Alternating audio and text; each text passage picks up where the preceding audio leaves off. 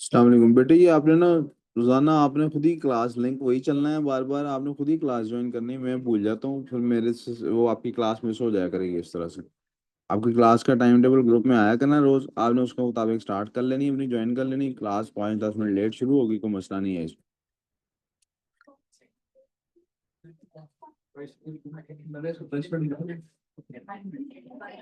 चलें जी everyone, focus on the board. आज आप you should be on the language side of the of your notebook. आज हम ईडीएम्स डिस्कस करेंगे।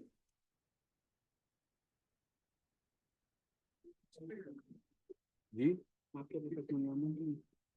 खाने को ला देना, कुछ खाने को। कौन गया? नहीं नहीं, वो नहीं अच्छा था। हाँ, वो नहीं अच्छा था इतना। और चीज मंगा लेना। बोतल पड़ी ठंडी, बोतल जस्ट मैं ले लूंगा, कुछ और मंगाना और बाद में देखी जाएगी। चलो एक आधा शवारमा मंगा लेना। हाँ,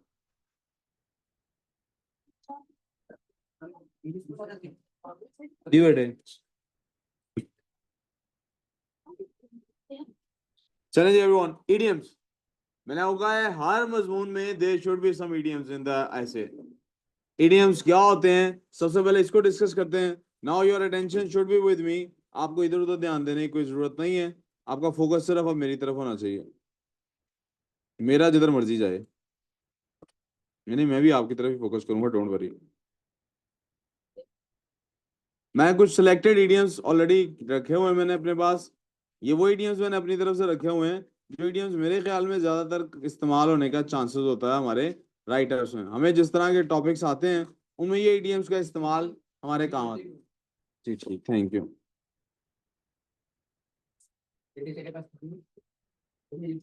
इडियम्स क्या होते हैं? They are phrases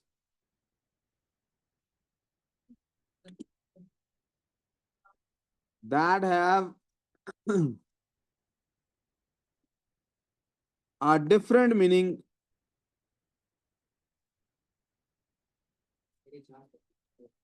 in the culture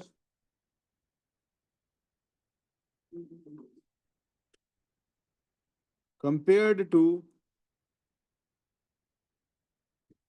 their literal meaning.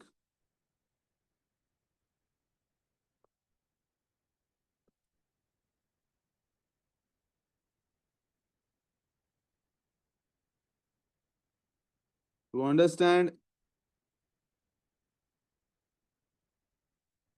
any language, one must be familiar with her culture. Language के लिए भी शी का लफ्ज इस्तेमाल होता है। ठीक है बेटे।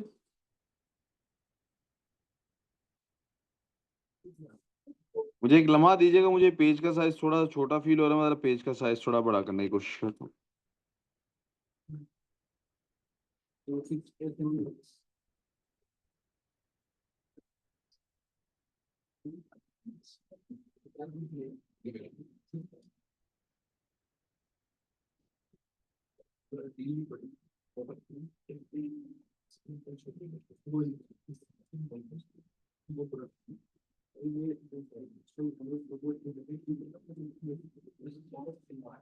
यहाँ तो कोई प्रॉब्लम है प्लीज तो बताइएगा। आर वी अंडरस्टैंडिंग ईडीएम क्या होता है? For example, let me take an example.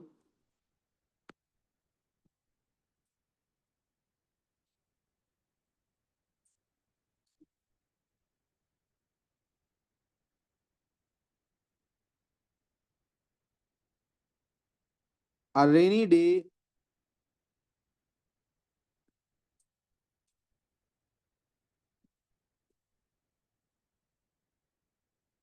in English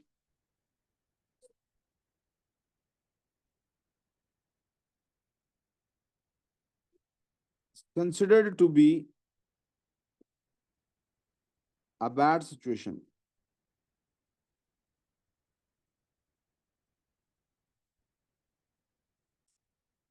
while in India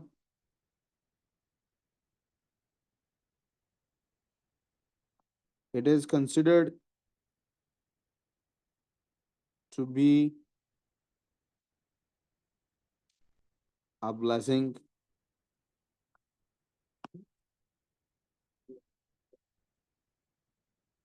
rainy day जो होता है वो इंग्लिश में एक बैड सिचुएशन को रिप्रेजेंट करता है, लेकिन इंडिया में ये एक ब्लेसिंग कंसिडर किया जाता है।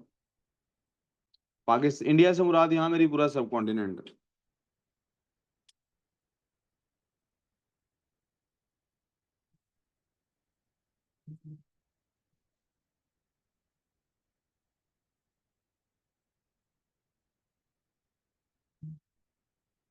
बेटे वो पीछे से अगर कुछ मिस हो गया आप जगह छोड़ दो, फिर साथ साथ यहाँ काम किया करो ना। हाँ जी।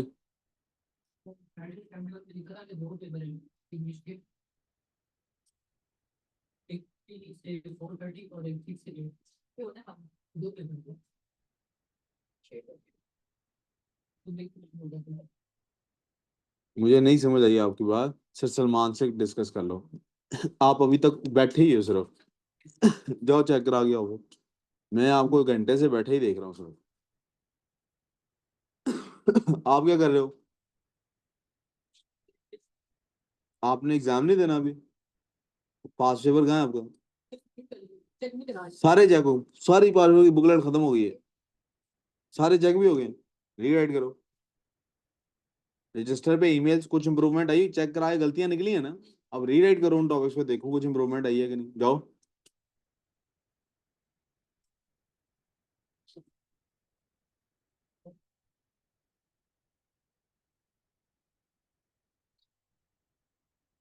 अब जरा हम कुछ इडियम्स और उनके सेंटेंसेस की बात करेंगे, मिसाल के तौर पे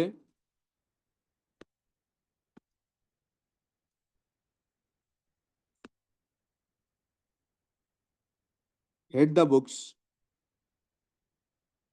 क्या मतलब होगा हिट द बुक्स का? क्या मतलब होगा बेटे? To study. It doesn't mean कि आप किताबों को मारना शुरू कर रहे हैं, किताबें पकड़ के किसी को मार रहे हैं, इसका क्या मतलब है? My exams are around the corner,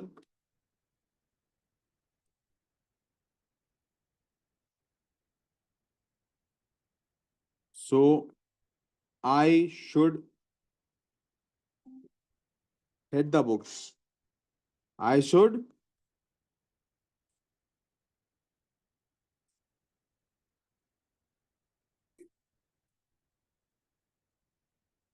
अब इसी से आप देख लीजिए मेरे सामने ये अराउंड द कॉर्नर भी आ गया एक। ये अराउंड द कॉर्नर का क्या मतलब है? करीब होना किसी चीज का।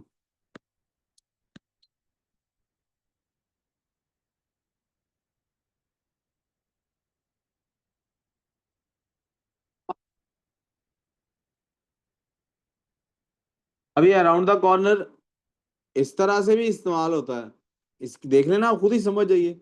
The mosque is just around the corner from my house. मेरे घर में जो के करीब ही है मस्जिद। And it could be something else as well. Bad times are just around the corner, good times are just around the corner.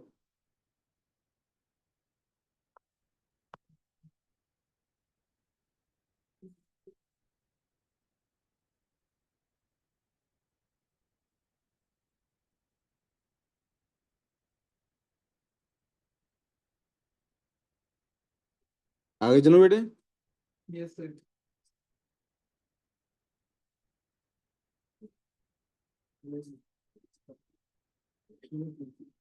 बेटे अभी लिख रहे हो?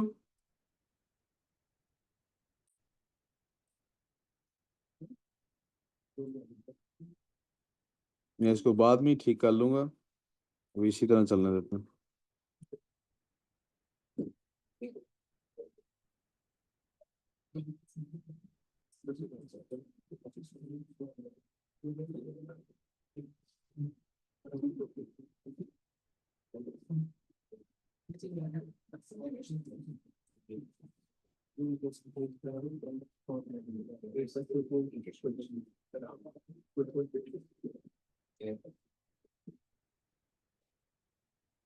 Hit the sac.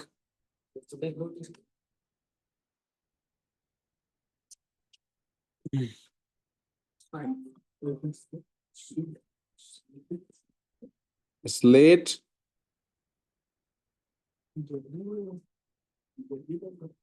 I should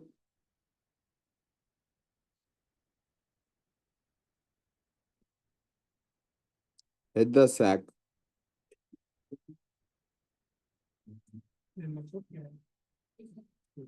बेटे लिटरल मीनिंग क्या है? सोना जल्दी सो जाना.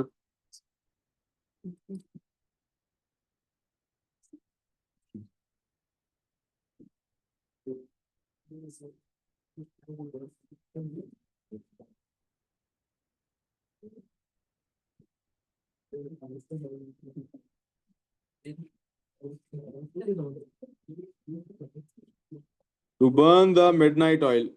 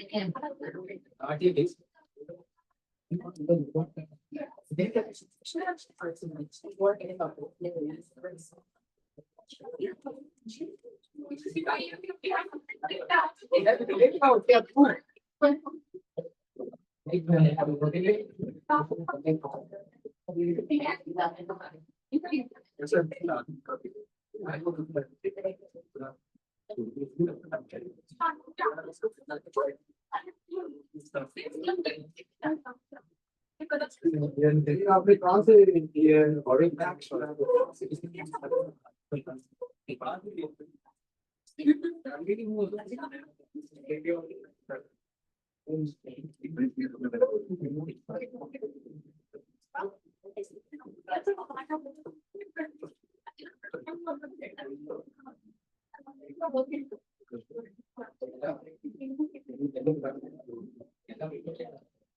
अच्छा जी, to burn the midnight oil. Sorry जी, वापस आ जाए बेटे.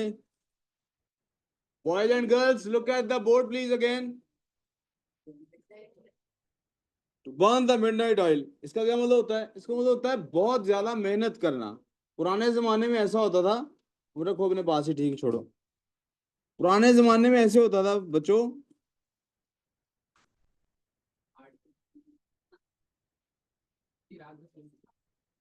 ये किसने आपने order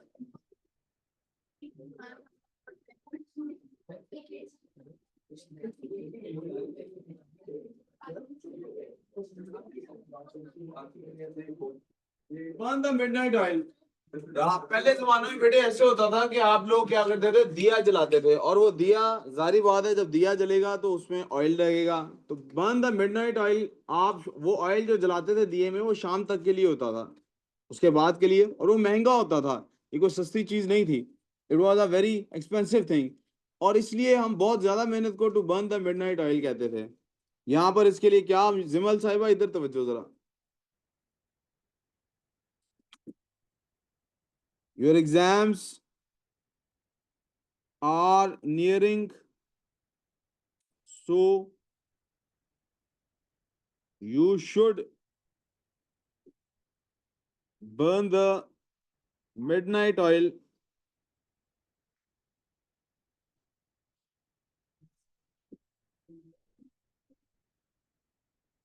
instead of scrolling.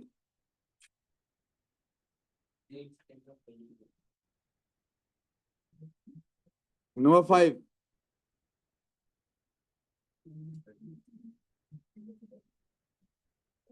at a stone's throw.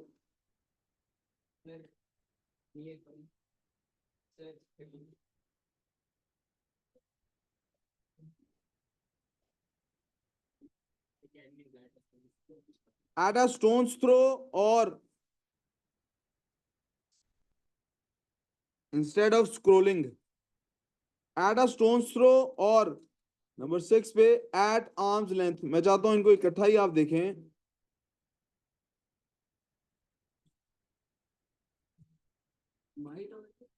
At arm's length, at arm's length, मैं चाहता हूं इनको जरा इकट्ठा ही देखा जाए। एट अ स्टोन थ्रो का मतलब होता है कोई चीज जब बहुत दूर हो आपसे, लिटरली मीनिंग इसका ये है। और एट आर्म्स लेंथ का मतलब है कोई चीज आपके करीब हो, यानी जितना बाजू है।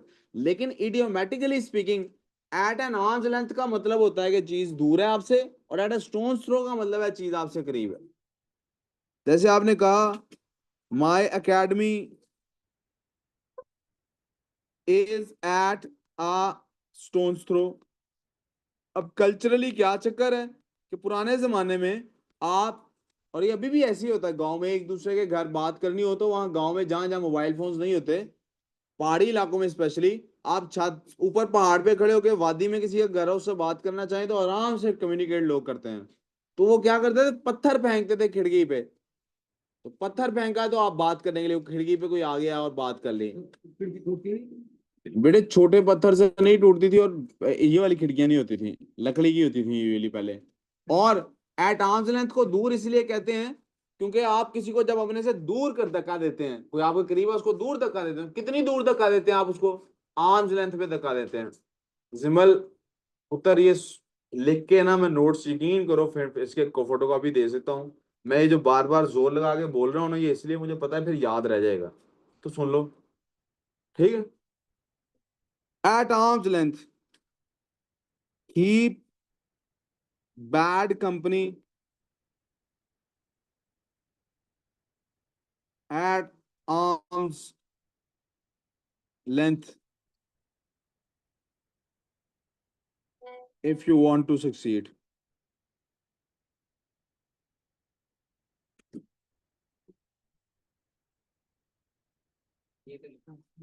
बेटे क्या, क्या लिखा हुआ है? आप ये न्यू क्लास में तो नहीं लिखे ना? जी लिखना जरूरी है, और क्या शुगर लगा मैम, इनका अलग से टेस्ट दूंगा कल ही, मंडे को, मंडे को।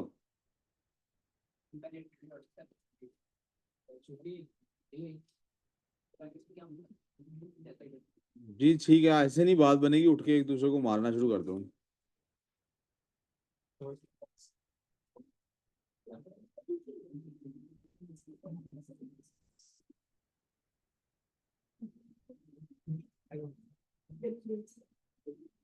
Stab someone in the back, धोखा देना किसी को। मानूर प्लीज तवज्जो।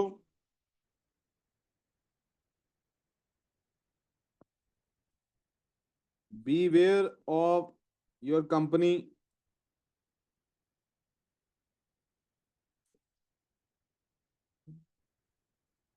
You never know who might. जी बेटे, stab you in the back.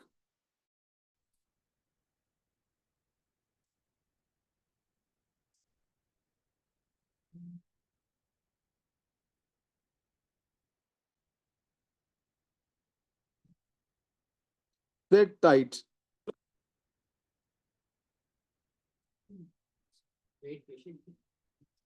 Sit tight का मतलब क्या होगा?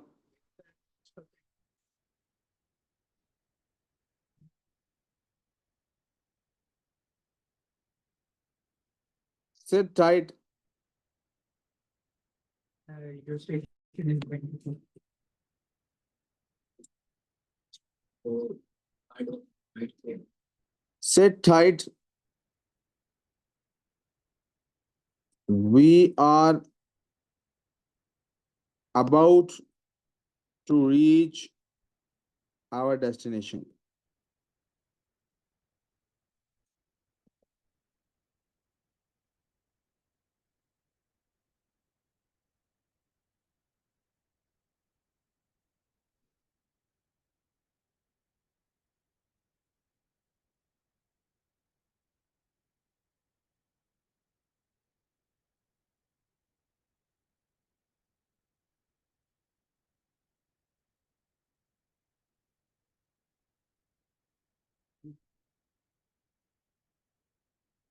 Face the music.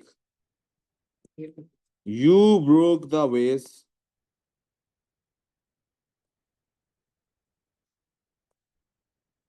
You tell mom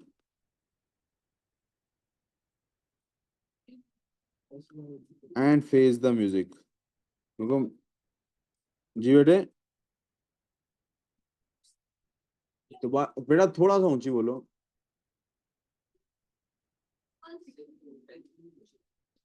नजर नहीं आ रहा बेटे. फेस द म्यूजिक ईडीएम है. मैं फिर से रिपीट कर देता हूँ, लिटरल मीनिंग्स में नहीं बात हो रही. फेस द म्यूजिक का मतलब है कॉन्सिक्वेंसेस को अब आप खुद फेस करें जाके. दैट मीन्स आपको किसी ना किसी को सामना करना है, किसी मुश्किल चीज का सामना करना है आप. ठीक है, किसी की डांट का सामना करना है, और वो डांट म्यूजिक की तरह आपके कान में बजेगी. आप फिर कुछ सहन कोई काम नहीं कर रहे. चेक करा आए हो किस चीज का? आप काम तो टेस्ट में सर ने क्या करना है? यार ये इसका चार्जर देना. English. मैंने तो नहीं निकाले, ये किसने निकाले हैं? Mission. गलत पेपर निकाले हैं, बिल्कुल गलत. किसने किसने कहा था निकालने के लिए? ये आप लोगों का इंग्लिश का टेस्ट सर ने कहा होने लगा है? ये गलत है. उनको बोलो कोर नहीं निकालते होते कभी भी, एक्सटेंडेड निकालते होते. जाए हैं ये तो फर्क रहो. दोबारा उनको को निकाले और उधर ही टेस्ट देना अभी जाके. सी में क्या बात हो रही थी हमारी?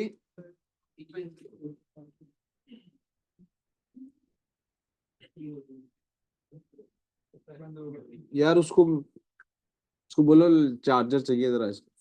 बोल रहा हूँ लिखें.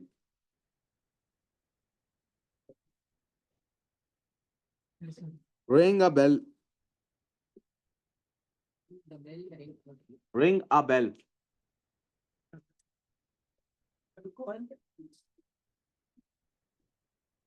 When did we meet? Your name doesn't ring a bell.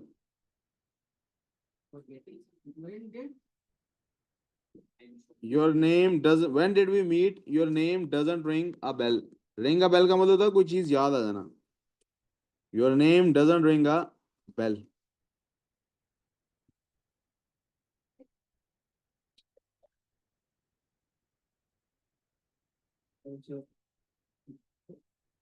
Cut to the chase. Cut to the chase.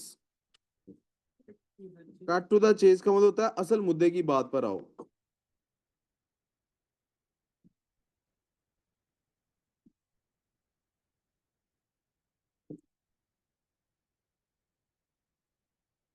Stop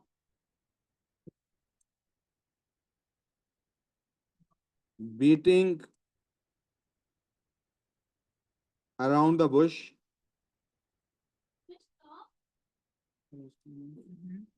and cut to the chase.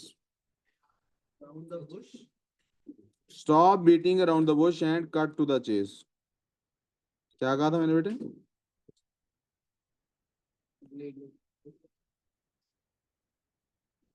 आप देख सकते हैं यहाँ हमने एक और इडियम का इस्तेमाल कर लिया, बीट अराउंड द। इसका मतलब होता है इधर उधर की बातें करना। क्या मतलब होता है इसका? बेटे अब्दुल्ला नाम नहीं, तवज्जो करो। Stop beating around the Bush का मतलब होता है, ये इसके बारे में मैं अक्सर एक एग्जांपल दिया करता हूँ। वो एक आदमी होता है, अपने बच्चे से पूछता है, हाँ भाई तुझे 1000 रुपया दिया था, तो 200 की सब्जी आ गई, बाकी 800 कहाँ है? तो वो कहता है जी मैं सब्जी लेने गया तो वापसी पे हाजी अरशद साहब मिल पड़े। अच्छा फिर? हाजी अरशद साहब का आपको याद है? बेटा था एक बड़ा वारा सा, नालायक सा, निकम्मा सा, और बाहर चौक में खड़ा रहता था। हाँ हाँ याद है। वो हाजी अरशद साहब मिले तो मैंने ऐसे ही पूछ लिया, किधर है जी अच्छू, किधर है आजकल? तो हाजी साहब बड़ी खुशी से मुझे मिले, कहते हैं अच्छू अमेरिका चला गया था। अच्छा फिर बता रहे थे अमेरिका गया तो वहां पे वो पहले सिक्योरिटी गार्ड की नौकरी लगी उसकी, फिर वो उसको थोड़ी बहुत अंग्रेजी सीख गया, आस्ता आस्ता उनके हिसाब किताब देखने लग गया, रिसेप्शन पे लग गया। अच्छा तो फिर जनाब वहां से अच्छी खासी तनख्वाह आने लगी उसकी। फिर फिर बता रहे थे अब बड़ा बाबू बन गया, अब वहां से पैसे भेजता है, गाड़ी भी लेके दे रहा है अगले महीने उनको, और घर का किराया वही देता है। अच्छा तो फिर वो बता रहे थे मैंने कभी उससे बकाया पैसे नहीं मांगे। घुमा फिरा अब वो घुमा फिरा के क्या कहना चाह रहा था कि वो 800 रुपया आप भी मेरे से ना मांगे। ये जो पिछली बात थी सारी ये थी बीट अराउंड द बुश, और ये आखिरी बात थी ये क्या थी? Cut to the chess.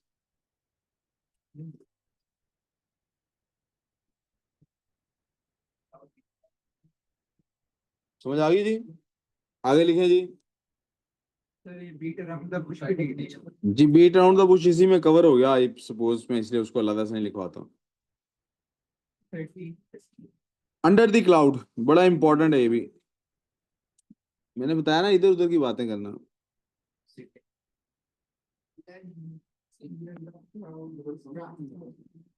Under the cloud का क्या मतलब होगा आपके ख्याल में? गैस करें। अब्दुल अनान, अंडर द क्लाउड का क्या मतलब होगा? आसमान के नीचे तो अंडर द स्काई नहीं होना चाहिए? क्लाउड के नीचे। क्लाउड्स के नीचे? गैस करें, गैस। अंडर द क्लाउड बीमार होने को कहते हैं। ये सही बता रहे हैं जी, बीमार होने को कहते हैं। एक minute.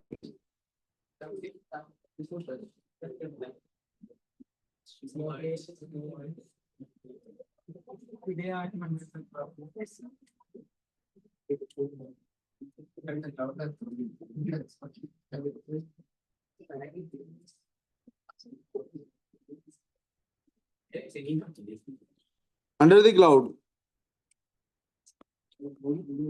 Ali is absent today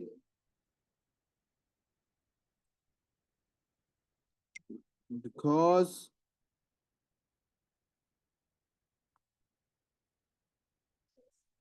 he was feeling under the weather नहीं होगा। under the weather होता।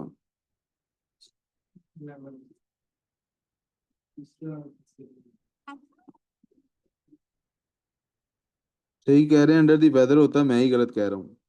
अंडर द क्लाउड नहीं होता, अंडर द वेदर होता।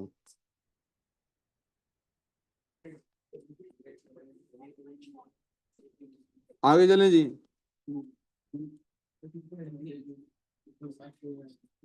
अंडर द वेदर होता है, ये मैं पिछले जो आपके मिस हो गए 1 मिनट आपको दिखाया था, ये 3 ही आप लोगों के मिस हुए होंगे, इनको देख लें जल्दी से।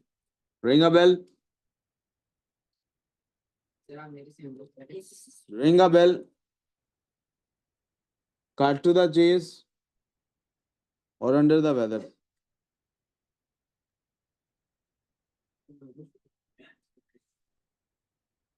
जिमल,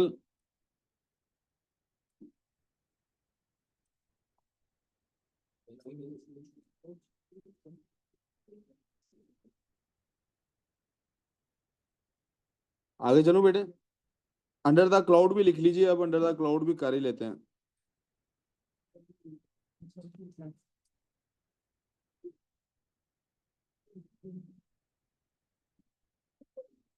under.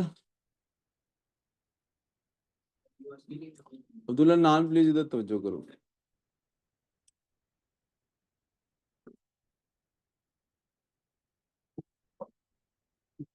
Under the cloud. Ali is under the cloud.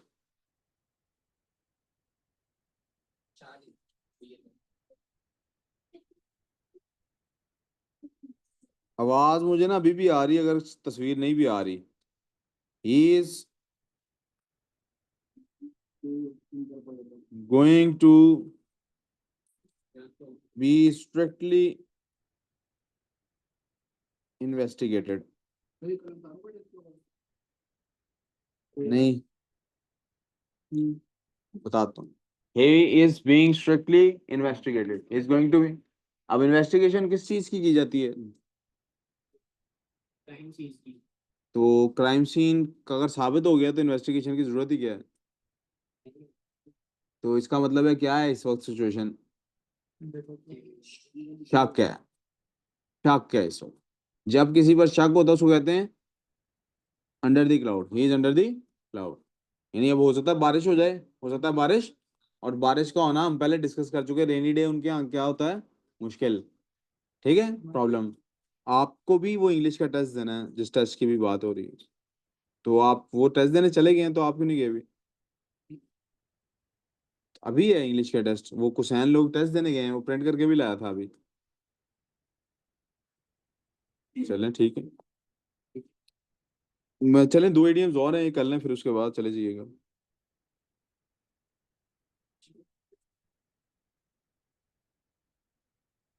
True, thick and thin, इसका क्या मतलब बेटे?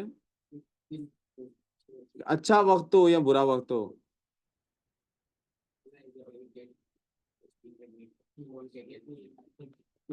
I will be with you. True, thick and thin.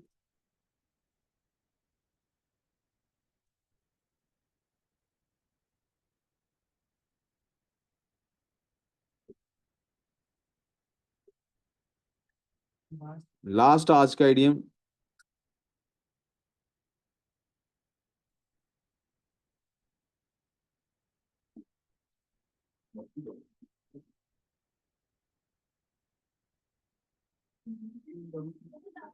Sir वैसे 15 पूरे नहीं होंगे? नहीं बेटे, मैं जैसे लिखवा रहा हूँ ऐसे मुझे 15 कराने हैं। ऐसे तो 20 इडियम्स है ना, सैकड़ों हैं इडियम्स, तो मुझे 15-20 याद कराने हैं जो उनसे मुझे लगता है कि ज्यादातर इस्तेमाल हो सकते हैं।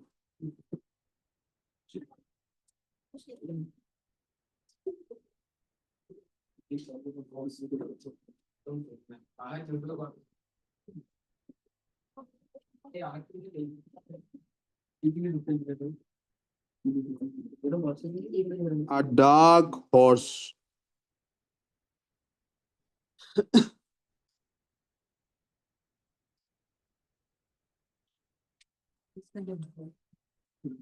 आज साहब, सर आप चूंकि छोटे हैं ना उम्र में, मैं इसलिए आप बाकियों से ज्यादा आपको बर्दाश्त करता हूँ।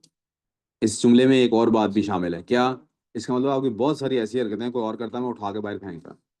उनको खुद ही छोड़ दो, उन हरकतों को खुद ही छोड़ दो, वरना मैं कितनी देर बर्दाश्त करूंगा? ये आपके एज फेलो हैं, तो आपका इनसे कोई मजाक नहीं बनता। तो आप इधर से कहीं और बैठ जाएं, आपका इनसे किसी के साथ मजाक नहीं बनता। समझ आ रही है आपको मेरी बात? पढ़ने के लिए आपको बुलाया है इधर से, इतनी दूर से पढ़ने आए हैं, वरना उधर रह लेते। दूर से आए हैं ना, अब्बा ने नया घर लेके दिया है, क्यों लेके दिया है? पढ़ना है इधर बैठ के। आसान नहीं है इधर भेजना आप लोगों को, पढ़ना है। अब फिर फालतू कामों की जरूरत नहीं है हमें। डार्क हॉर्स को हम बेटे उर्दू में क्या कहते हैं? छुपा रुस्तम। बेटे मैं फिर से रिमाइंड करा दूं, ये इडियम्स हैं, इनका लिटरल मीनिंग्स नहीं हो सकते इनके। छुपा रुस्तम हम किसको कहते हैं? जिसे हम एक्सपेक्ट नहीं कर रहे थे ये कुछ करेगा, जिसे हम expect.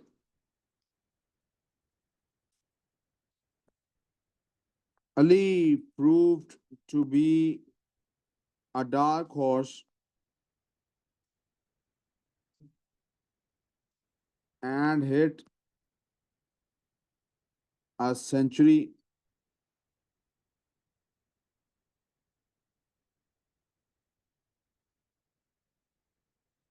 in a very difficult match.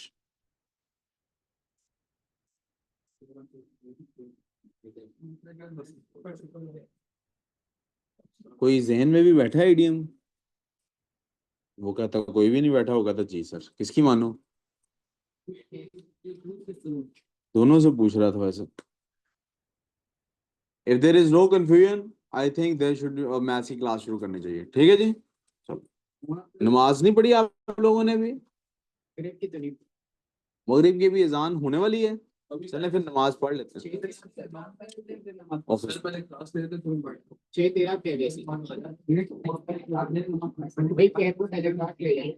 6:10 हो गए हैं वैसे। चलिए नमाज पढ़ेंगे क्लास लेके नमाज